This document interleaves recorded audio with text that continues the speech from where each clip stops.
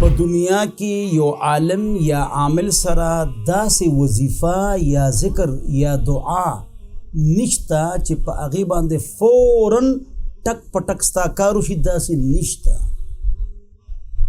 د خدای په ذات مې قسم چې نشته. که افغانستان یا برما کې عالم پسې لاړ شي او یو غر کې ناستی نشي تله کولی کار نشي کېدی. نت د وظیفو نه ډک دی، مولیان وظیفې ښیي. د وظیفې مقصد دا دی چې یا الله زما دا کار وکړي، څوک مې خوښ دي یا په ما قرض دی یا زما نوکري وشي، زما محترمو. نو دې دپاره یو وظیفه نشته زه فلاني عالم لړ شم، فلاني عامل له لړ شم، نو کیدای شي زما دا کار وشي. دعا، وظیفه، عالم، عامل، استخاره مقصد دا دی چې دا موږ د الله دربار کې خپل کار کې خودو چې الله زما دا کار وکړي. اوس بخاری شریف روایت په دریو طریقو سره دعا قبلیږي. یا بس تا دعا قبول شي کیدی شي، یا تا باندې یو مصیبت را روان دی، دا دعا به د هغې ټکرو شي، مصیبت پستانه ختم شي. یا به دعا خو ته وکړه، ذکر وکړه، وظیفه ته وکړه، د هغې برکت به تعالی په آخرت کې ذخیره ملو شي، ثواب ملو شي. داسې وظیفه نشته چې ستا ټک په ټک کار پې وشي. داسې کسان ناست دي ښکلې ګیرې ښکلې پټکي دي، څوک زعفران غواړي، څوک بې پردګي کوي، څوک پیسې غواړي، څوک تعویذونه خرڅوي. هغې ستا کار نشي کولی. که تکړه نیک عالمي اب طریقه ته د دا دعا وکړه، داسې وکړه، بس کیدی شي الله یې وکړي، الله نه به غواړو. او د غیب خبر چې دی هغه الله سره دی. یو عالم یا عامل سره، مولا سره د غیب خبر نشته. ما ته عجیب د نوټونو علم نشته چې په هغې کم نمبر دی.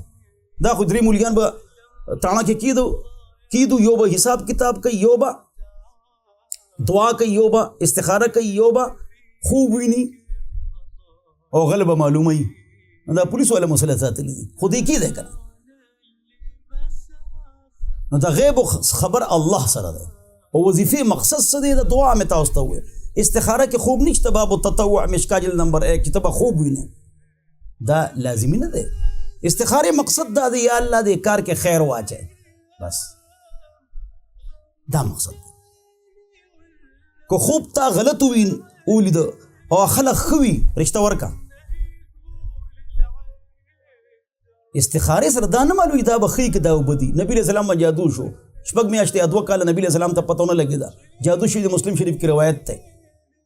فرښتې خوب کې راغلې وي تا باندې فلاني لبید بن عاصم لوریانو جادو کړی دی، یهودیان دي، فلاني کوی کې د ګټ لاندې ګمنس پرته ده منګوزه، او په هغې کې ول ستا د ویښتو غوټې ورکړي دي.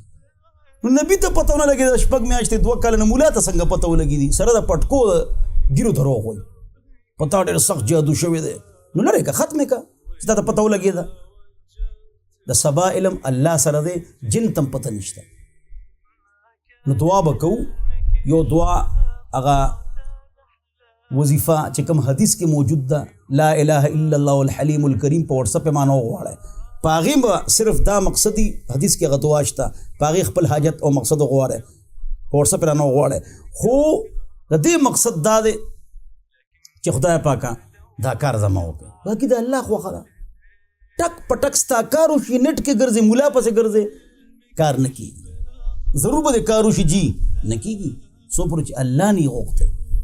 په دې بیان ځکه وشو چې په دې جامو کې ډېر خلک ګمراه کوي. او داسې عامل نه مزه عامل له چې پیسې اخلي، د غیب خبرې کوي او بې پردګي کوي، او د خلکو نه زعفران غواړي. یو توله په توله خو زر تعویذونه لیکلی شي چې ټول نه زعفران واغشته، دا خو لکونو روپۍ شو. الله دې موږ له سمجھ راکړي او د دین عقل دې الله موږ ته نصیب وګرځوي. واخر دعوانا الحمدلله.